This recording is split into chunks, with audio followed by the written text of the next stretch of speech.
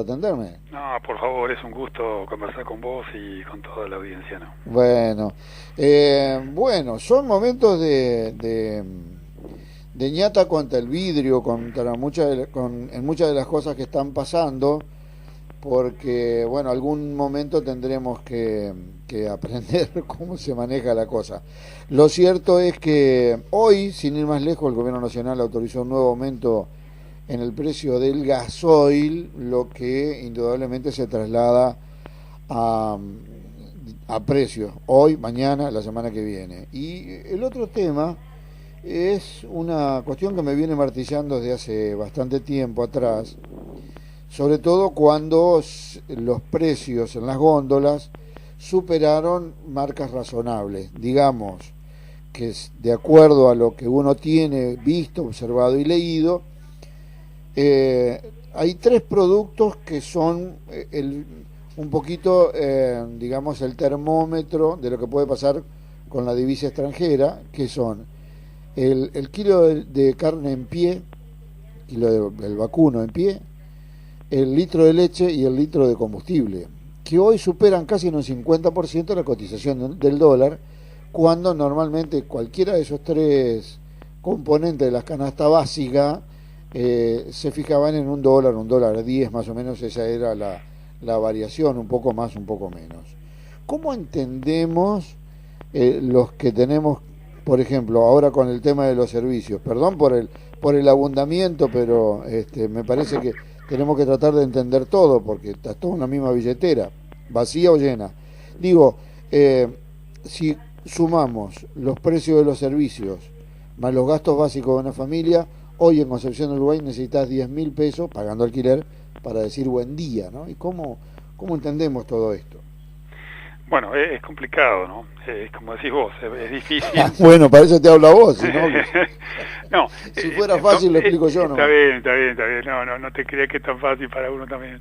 Escuchame, no. En principio, arrancaste vos con el tema del gasoil, que es un tema que indudablemente se traslada a precios, digamos, ¿no? O sea, en el caso de... Hay aumentos que por ahí se pueden discutir si ese aumento terminará impactando en el precio final de un producto y por lo tanto en lo que tenga que pagar un consumidor, una familia.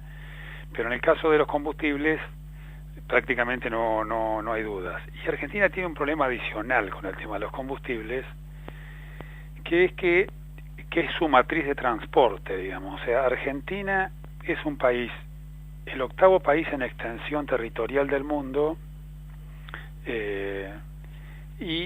pero tiene una dependencia del transporte carretero prácticamente entre un 75 y 80% en todas sus cadenas productivas.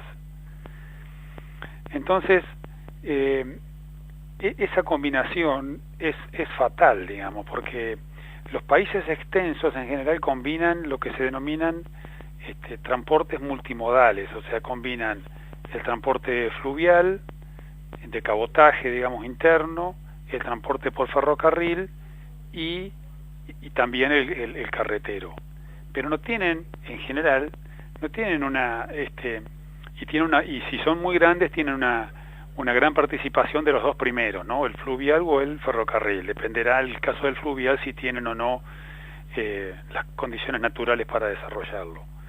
Pero Argentina, merced a políticas que ya son anteriores, datan de más de 2 décadas, prácticamente ha desmantelado su transporte en las dos primeras vertientes, lo ha dejado una cuestión marginal, casi simbólica, y depende fundamentalmente del transporte carretero, y en este caso es por camión, que es el transporte más oneroso de los tres. Entonces, cuando aparecen este tipo de aumentos, la verdad que encarece todo, y aparte tiene otro dato adicional más grave. A lo que más afecta es a las economías regionales, porque cuanto más lejos te ubicas de los grandes centros de consumo, y Argentina tiene básicamente un gran centro de consumo y 2 subcentros, que son las 2 provincias que le siguen a Buenos Aires, digamos, o sea, Santa Fe y Córdoba. El resto, los mercados internos, por supuesto que hay que abastecerlos, porque todos vivimos allí, pero tienen desde el punto de vista económico mucho menos impacto. Las economías regionales que están más alejadas de esos tres grandes centros son las que más sufren, por lo tanto las que menos ganancia le queda al productor. Toda esta compleja cuestión que vos resumiste en el aumento del gasoil y que se traslada a precios, de alguna manera está denunciando también todo este trasfondo que estamos comentando.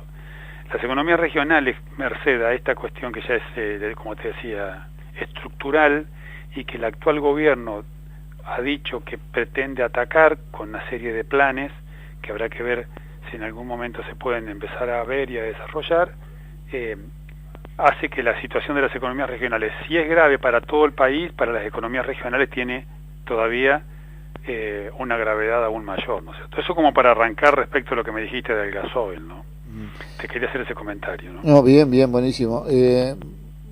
Tenemos la misma observación, además, digamos que en gobiernos como este de corte neoconservador, digamos, no sé cómo calificarlo, la economía es la que domina el escenario de todas las batallas, y es muy sensible el bolsillo, se gana y se pierde a cada rato. Se gana y se pierde plata, y se gana y se pierde votos también en ese sentido. E indudablemente lo que vos abarcaste es la tarea política de darnos, los argentinos, la posibilidad de ser más eficientes. Y el tema de, nosotros vemos cuántos años hace que venimos hablando de la reactivación del puerto. Mis primeras experiencias en intervenir en la cuestión comunitaria fue participar de aquella vieja comisión pro reactivación del puerto. No se hablaba todavía del tema del dragado, eso vino después. Pero digo, y vos sabés, en ese sentido, Juan, lo cual lo que vos decís es absolutamente cierto, es así, tal cual. Ya hoy habría que empezar a discutir qué tipo de transporte se necesitan por este río, digamos, ¿no? Porque ya discutir eso que vos estabas hablando allá en tus inicios de tu pelea por la producción regional, era una pelea absolutamente válida, pertinente y oportuna. Pero hoy discutir la reactivación y un dragado para buques de ultramar ya es un tema, yo lo digo con mucho respeto, ya anacrónico, digamos, porque hoy lo que hay que discutir es si deben seguir ingresando buques de ultramar o debe irse a otra modalidad de transporte por el río Uruguay, que es mucho más funcional, más económica y que además le serviría mucho más a la producción regional. Es un tema que no se toca, que se soslaya generalmente. Es político.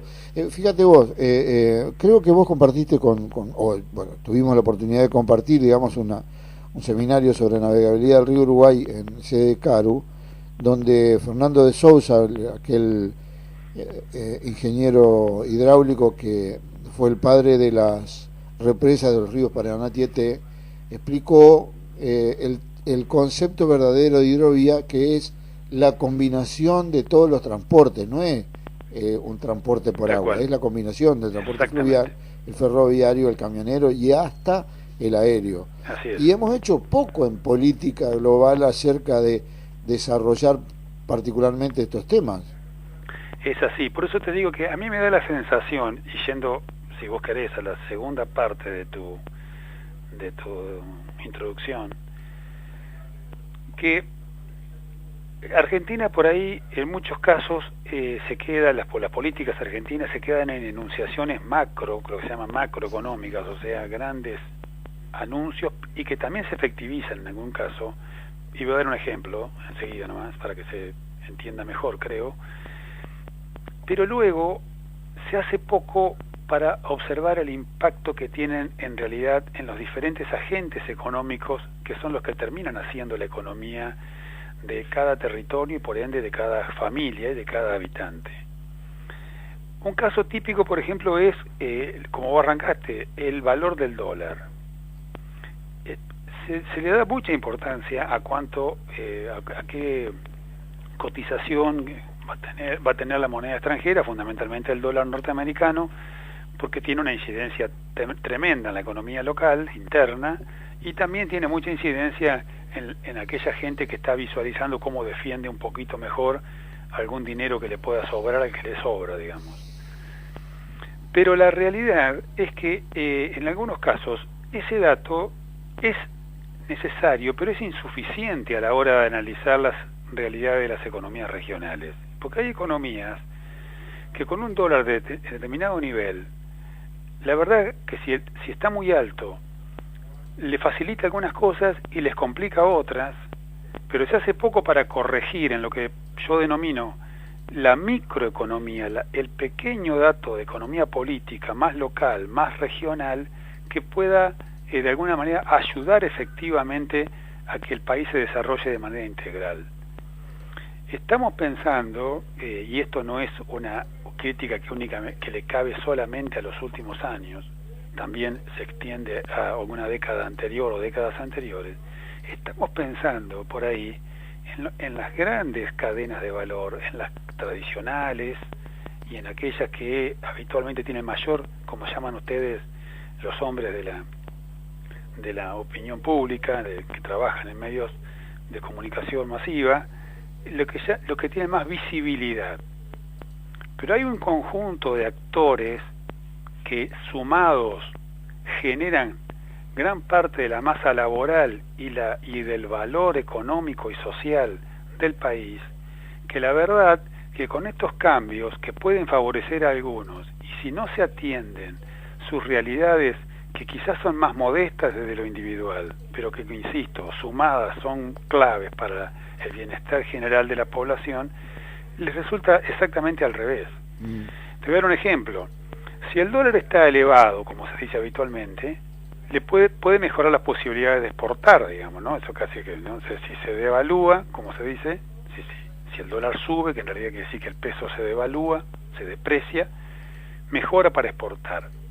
Pero algunos sectores que desean producir más necesitan quizás importar alguna maquinaria o algunos insumos que evidentemente esa devaluación que le mejora la exportación a algún sector clave le encarece poder importar esos productos. Entonces resulta que están alejados de los grandes centros de consumo. El transporte les quita competitividad, como se dice ahora, o sea, se les encarece. Y además se les encarecen los insumos e incluso se le encarece alguna maquinaria o alguna cuestión, alguna herramienta que tengan que incorporar. Entonces directamente los condenas a tener que prácticamente peregrinar subsidios para que puedan no ganar, sino simplemente mantenerse en la línea de flotación, mantenerse y ver si en algún momento la ecuación para ellos mejora. Este es un caso que le está pasando a muchísimos sectores de las economías regionales, porque, insisto, han apostado por el interior del país, han apostado por economías que no son de las clásicas, de las emergentes, de las innovadoras, pero estos cambios bruscos en un número que es muy atractivo para que aparezca en la tapa de los medios, pero que la verdad que impacta tremendamente en las economías de cada uno, les complica la vida, digamos. Y mirá, hay un ejemplo, tanto que se promocionó desde el gobierno la generación de cerveza artesanal, te decía una estupidez dentro de tanta economía, ¿no? Pero conviene traer lupus de afuera y no producirlo acá. Es una cosa que era impensada o es impensable de cómo producir algo de la tierra te puede ser más barato traerlo de afuera. Bueno, estamos comiendo naranjas españolas, ¿no? Por eso digo, hay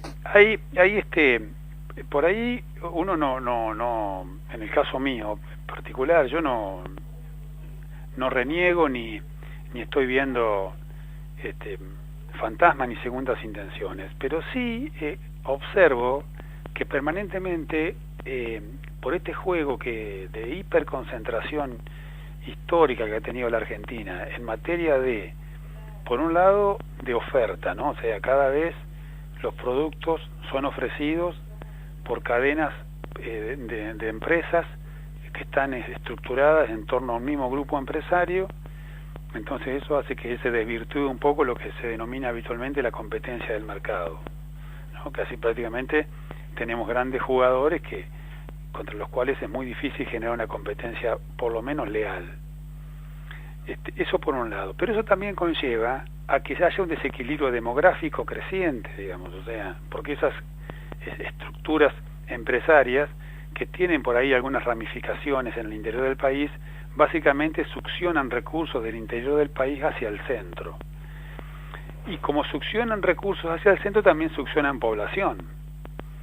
Entonces estamos dejando mercados cada vez más raquíticos, más frágiles en el interior, que merecen tratamiento segmentado, tratamiento especial, y mercados quizás muy vinculados a esa dinámica más internacional, más digamos, más de lo que pasa en el resto del mundo, afincado en una zona del territorio nacional que no excede del 10, 12 o 15% en términos de extensión territorial.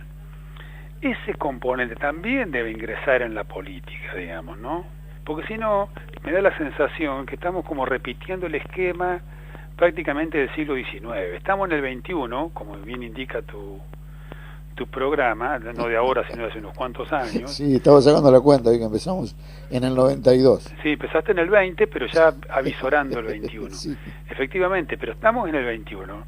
Pero se están repitiendo algunos esquemas típicos del siglo XIX, como eran estas velocidades de desarrollo, donde el litoral, en aquel entonces, el litoral nos incluía a nosotros, en aquel siglo XIX, el litoral tenía una dinámica muy vinculada a las economías que tenían que ver con el resto del mundo, y el interior profundo estaba más vinculado a su mercado interno, más doméstico, más cercano.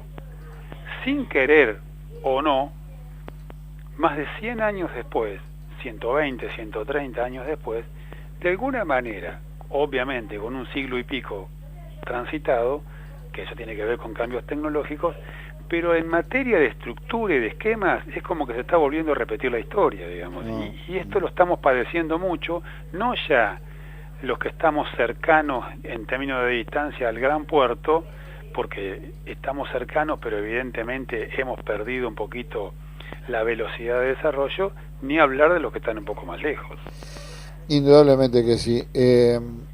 Lo último que tiene que ver con lo estrictamente local, Gustavo, que es muchas veces tu materia de análisis, la disparidad de precios del mismo producto de un mercado a otro, sobre todo en las cadenas de supermercados, tanto locales como, bueno, locales creo que ya no queda ninguna, salvo que diga Casanova. Creo que hay una, sí. Sí, pero la disparidad de precios en sectores sensibles como la leche, a veces de la misma marca hay hasta 20 pesos de diferencia de un litro de leche de una góndola a otra.